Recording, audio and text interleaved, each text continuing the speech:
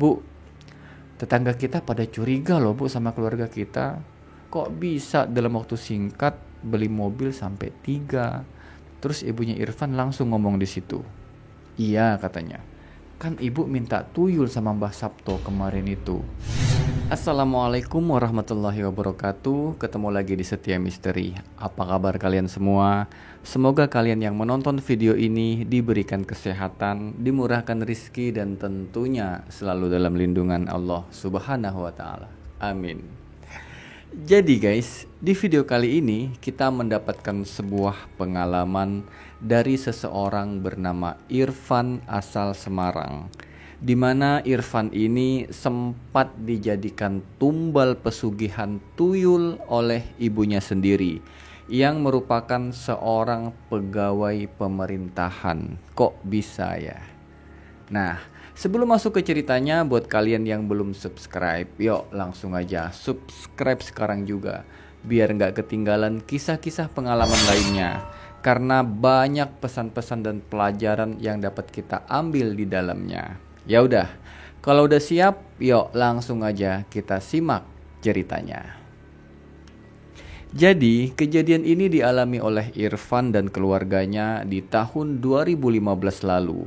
Nah, ibunya Irfan itu bekerja sebagai pegawai pemerintahan, sedangkan ayahnya itu seorang pelaut.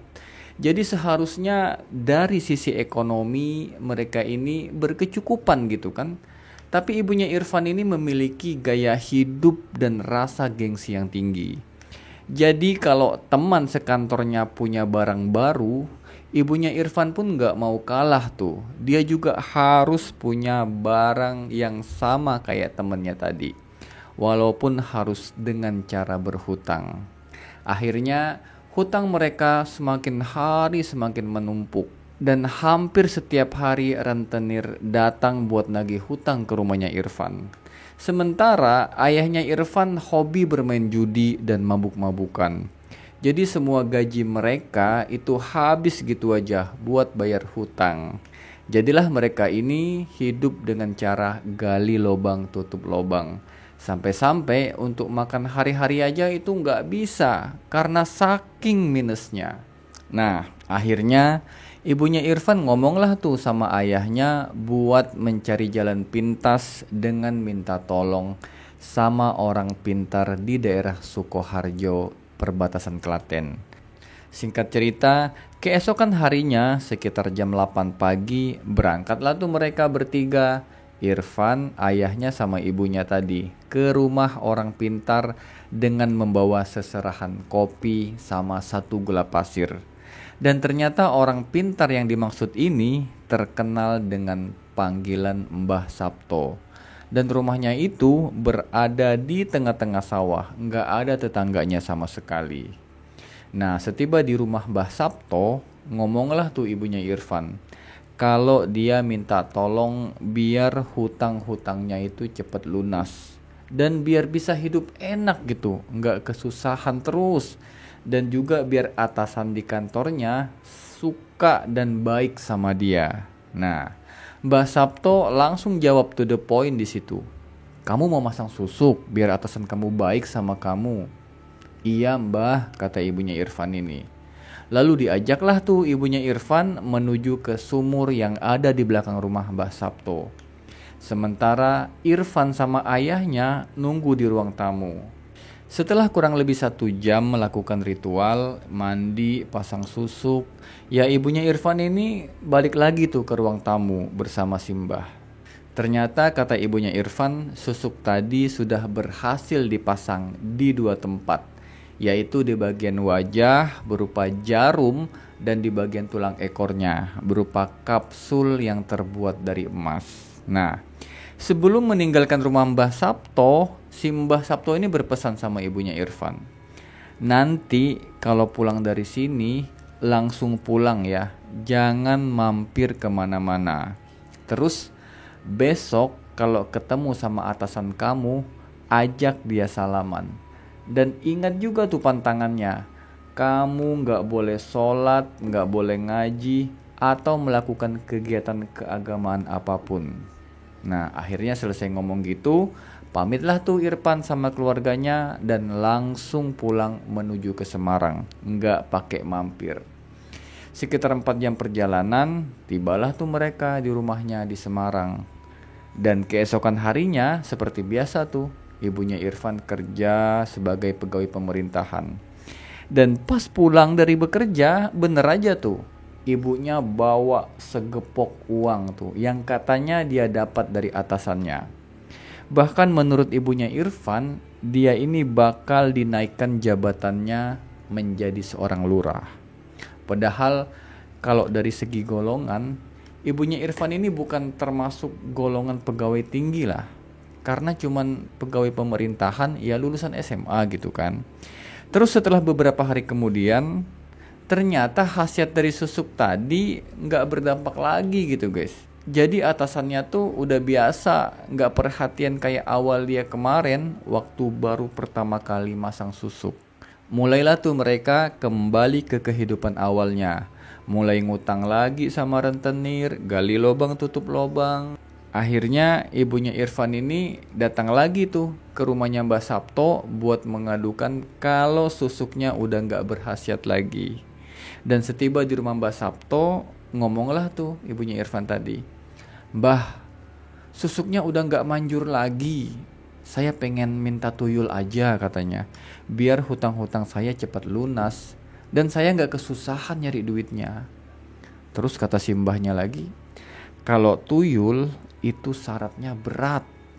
Ada perjanjian yang nggak bakal bisa diputus." Nah, karena pembicaraan ini semakin serius, Irfan diminta untuk keluar nih sama ibunya, biar nggak ikut ngedengerin tuh pembicaraan ibunya sama si mbah. Karena menurut ibunya, ini adalah pembicaraan orang dewasa. Nah, lalu keluarlah tuh Irfan. Lanjutlah si mbah tadi ngomong sama ibunya Irfan. "Kalau tuyul itu butuh tumbal, dan kamu harus nyusuin dia. Dan yang dia hisap itu darah kamu." Ibunya Irfan nolak di situ, nggak mau dia nyusuin tuyul tadi. Tapi karena udah kepepet, dia setuju juga tuh sama persyaratannya. Cuman yang dia tumbalin itu justru si Irfan tadi, anak satu-satunya. Wah, gila banget nih, bener-bener guys. Setelah ngobrol-ngobrol gitu dan membuat perjanjian, pulanglah lagi Irfan nih sama ibu sama bapaknya tadi ke Semarang. Nah, si Irfan belum tahu tuh di situ kalau dia nih yang dijadiin tumbal sama ibunya. Dan setelah kepulangan mereka dari rumah Mbah Sabto ini, mulailah tuh banyak kejanggalan-kejanggalan terjadi di rumah Irfan. Jadi di suatu sore, waktu Irfan ini mau main futsal sama teman-temannya, dia mau ngambil baju tuh kan di lemari. Tiba-tiba dia kaget tuh, kok ini laci lemari dia bergetar gitu kan, kayak ada apaan gitu ya. Nah, awalnya dia kira HP ibunya tuh getar di dalam laci. Tapi pas dia buka, ternyata ada 3 gepok uang pecahan 100.000. Jadi jumlahnya itu sekitar 30 juta guys. Irfan mikir di situ, apa ibu saya ini ngutang lagi ya sama rentenir? Ah, udahlah. Akhirnya pergilah tuh dia main futsal sama teman-temannya. Dan pas pulang dari main futsal, dia mau ganti baju lagi tuh kan, habis mandi. Dia ngeliat lagi tuh ke laci lemari tadi tuh. Dan lemari itu bergetar lagi tuh. Dia buka lagi tuh. Itu duit yang tadinya 3 gepok jadi nambah 10 gepok. Irfan tambah bingung di situ kan. Padahal ibu sama ayahnya itu belum pulang dan gak ada siapa-siapa di rumah. Terus selesai ganti baju, pergilah tuh dia main ke rumah temennya yang tinggalnya masih satu kompleks sama dia. Di situ Irfan gak sengaja tuh ngedengar ibu-ibu di rumah temannya tadi cerita kalau tetangga-tetangga mereka ini pada kehilangan uang segepok sejumlah 10 juta. Dan gak cuman itu, ibu-ibu tetangga yang lain juga pun cerita yang sama. Mereka pada kehilangan uang gitu, segepok. Nah, Irfan belum nyadar tapi itu tentang kehilangan uang tetangganya tadi. Terus setelah 2 minggu kejadian itu, waktu tetangga-tetangganya ini ngeluh kehilangan uang, kehidupan keluarganya Irfan ini justru semakin meningkat. Jadi orang tuanya Irfan ini langsung tuh dia membeli 3 unit mobil baru, nggak tanggung-tanggung. Terus beli lagi sofa mewah dari kayu jati. Terus beli laptop, handycam, sampai beli motor pun nggak tanggung-tanggung guys. 5 unit langsung. Dan semua rentenir yang pernah diutangin sama dia itu dipanggil satu persatu. Dia lunasin tuh semua. Bahkan dia tambahin pula tuh, dilebihin lagi tuh utangnya tadi, bayarnya. Pokoknya barang apapun yang tetangganya punya, mereka ikut beli juga. Dan ini ngebuat tetangganya pada curiga gitu kan. Sampai-sampai Irfan ini sempat ditanya tuh sama tetangganya. Mas Irfan katanya, kok ibu sama bapak kamu tiba-tiba berubah drastis ya? Bisa beli mobil langsung 3 unit. Sofa baru, mobil baru. Apa ayah kamu dapat pekerjaan baru ya? Tapi Irfan cuma diam di situ. Dia cuma ngomong, saya nggak tahu bu. Ya mungkin aja sih itu rezeki dari Allah gitu kata Irfan kan. Jadi Irfan ini nggak mau turut campur urusan orang tuanya. Bahkan barang-barang termasuk motor yang dibeliin sama orang tuanya dia sama sekali nggak mau dipakai itu sama Irfan. Dia kalau ke sekolah ya tetap aja jalan kaki kayak biasa. Nah, sampailah suatu ketika nih, Irfan penasaran tuh sama apa yang terjadi di keluarga dia. Nanyalah Irfan sama ibunya, Bu, tetangga kita pada curiga loh bu sama keluarga kita. Katanya keluarga kita ini hebat banget gitu. Kok bisa dalam waktu singkat beli mobil sampai 3, terus beli perabotan rumah tangga dan segala macem lah. Terus ibunya Irfan langsung ngomong di situ.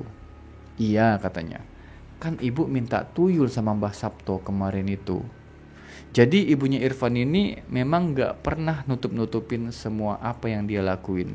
Dia ceritain aja langsung tuh. Irfan kaget di situ. Loh bu, melihara tuyul itu kan ada syaratnya.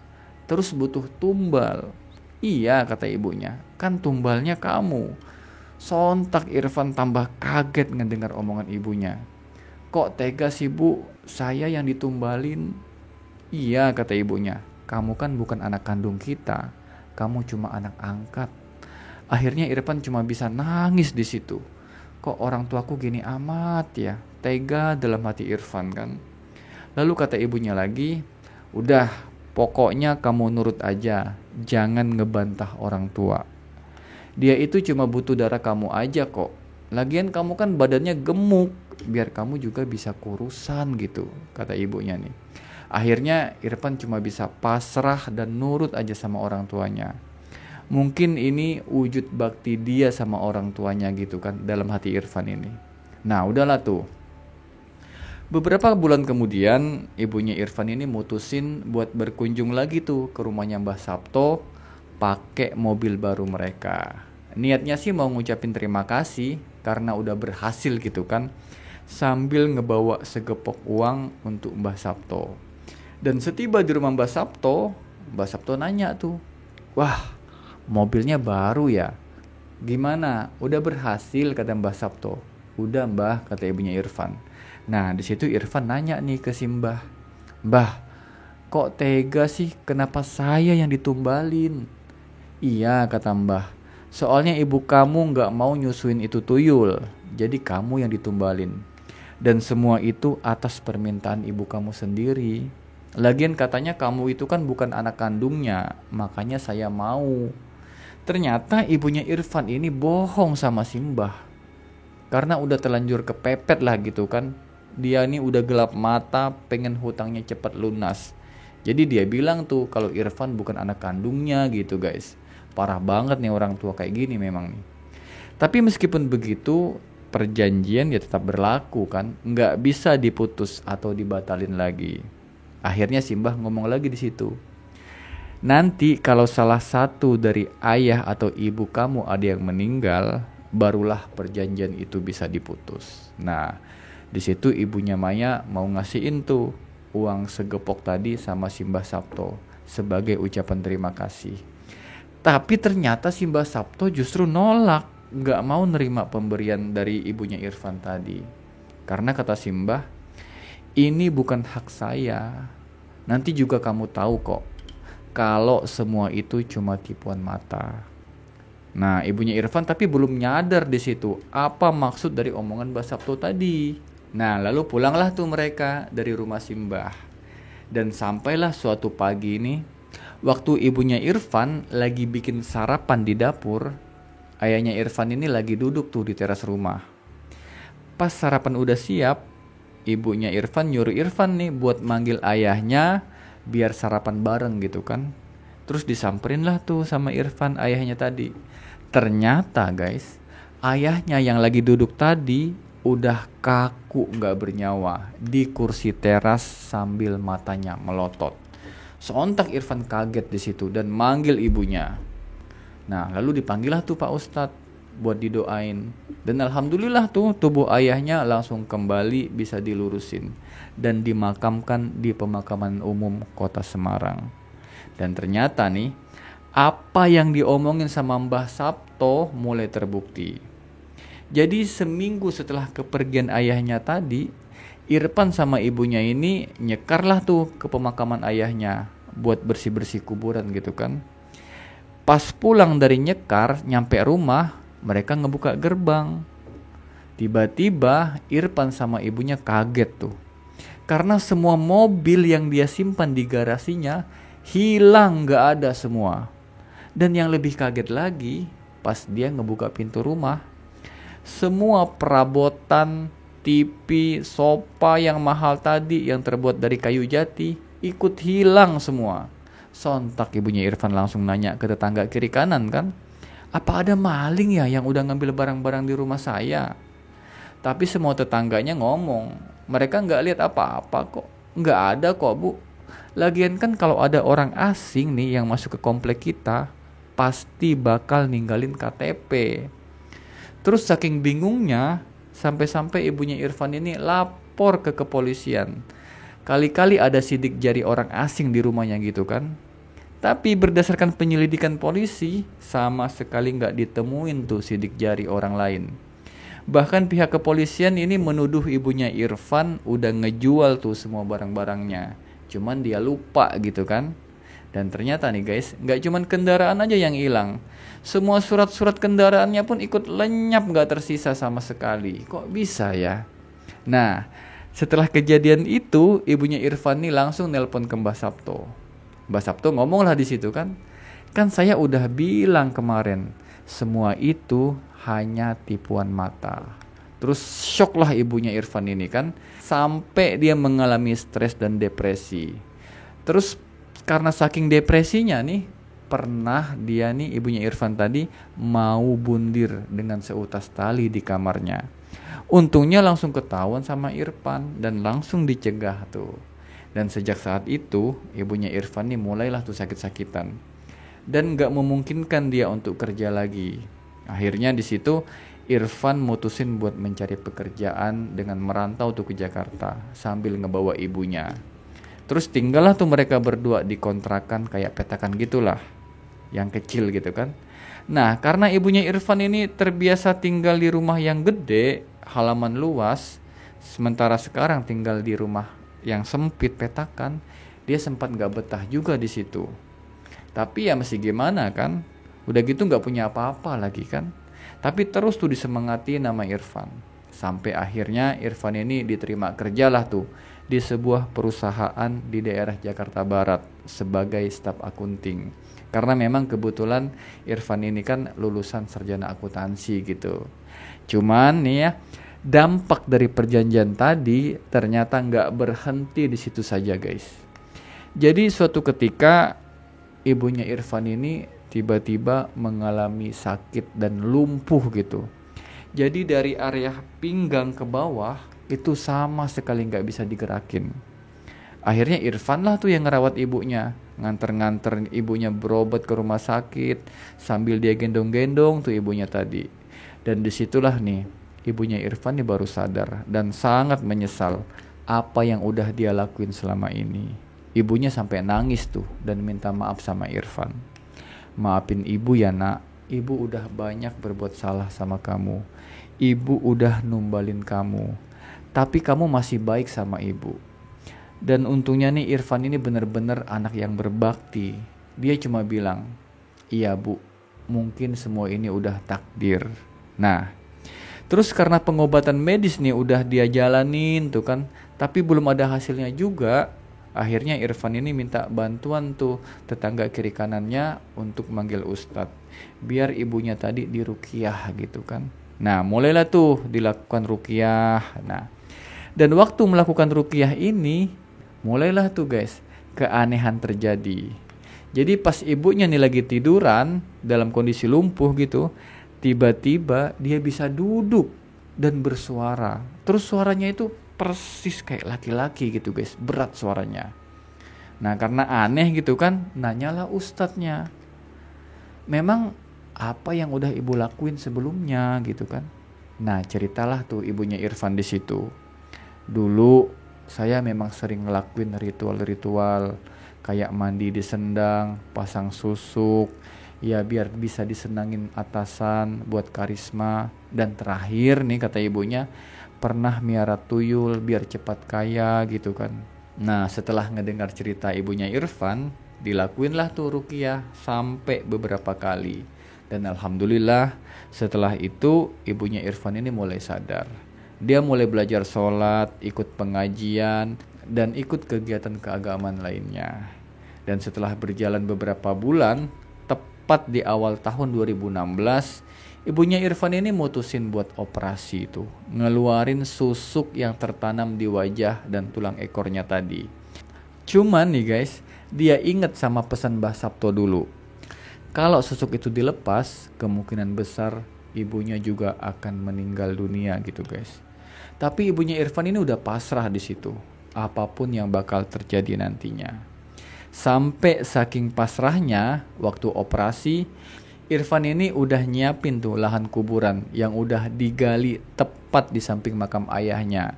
Biar nantinya nggak perlu nunggu lagi kan buat ngegali tanah, pikir dia tuh. Nah, dilakuinlah tuh operasi. Dan setelah beberapa jam operasi, alhamdulillah tindakan operasinya berhasil dan ibunya Irfan ini mulai siuman. Cuman menurut cerita ibunya, waktu dia lagi operasi, dia sempat didatengin sama almarhum ayahnya Irfan. Dan dia ngajak ibunya ini ikut sama suaminya. Tapi ibunya Irfan nolak dan tetap mau nemenin Irfan. Terus menurut Irfan juga, sampai kini pun keadaan ibunya ini masih lumpuh. Dan alhamdulillahnya tapi ibunya ini udah tobat dan mulai rutin sholat, ngaji, dan melakukan aktivitas keagamaan. Dan tentunya kita doain juga nih ya, semoga Irfan bersama ibunya ini selalu diberikan kekuatan dan kesabaran. Dan diampunilah semua dosa-dosanya yang telah lalu. Amin. Oke guys, itu tadi kisah pengalaman Irfan waktu dia hendak dijadikan tumbal oleh ibunya karena terlilit hutang. Mudah-mudahan kita bisa mengambil banyak pelajaran dan pesan-pesan moral di dalamnya. Nah, jadi kira-kira apa nih yang bisa kita ambil dari kisah tadi? Mungkin ya yang pertama, yang sangat penting ini, jangan pernah sekali-sekali bersekutu atau bekerja sama dengan jin atau iblis. Karena jelas mereka adalah musuh yang nyata bagi manusia, yang bakal menjerumuskan manusia dalam kesesatan. Kemudian mungkin dari kisah tadi juga, agar kita ini selalu bersyukurlah dengan apa yang sudah kita dapat. Jangan pingin lebih seperti tetangga kiri kanan, jadi memaksakan diri dengan cara ngutang sana ngutang sini, apalagi sampai berhutang sama rentenir. Kemudian yang berikutnya, ya walaupun kita mendapatkan hasil yang sedikit, tetapi hasil sendiri itu lebih berkah gitu ya kan guys. Dan yang terakhir mungkin, sesuatu yang instan atau yang cepat dapatnya tentunya biasanya itu nggak bertahan lama gitu kan. Cepat dapat, cepat pula hilangnya gitu ya. Cepat naik, cepat pula turunnya gitu. Atau mungkin ada pesan-pesan lain dari kalian, boleh banget nih tulis pendapat kalian di kolom komentar. Terima kasih sudah menyimak. Kalau kalian suka dengan kisah tadi, silakan tekan tombol like. Gua Setia undur diri. Assalamualaikum warahmatullahi wabarakatuh.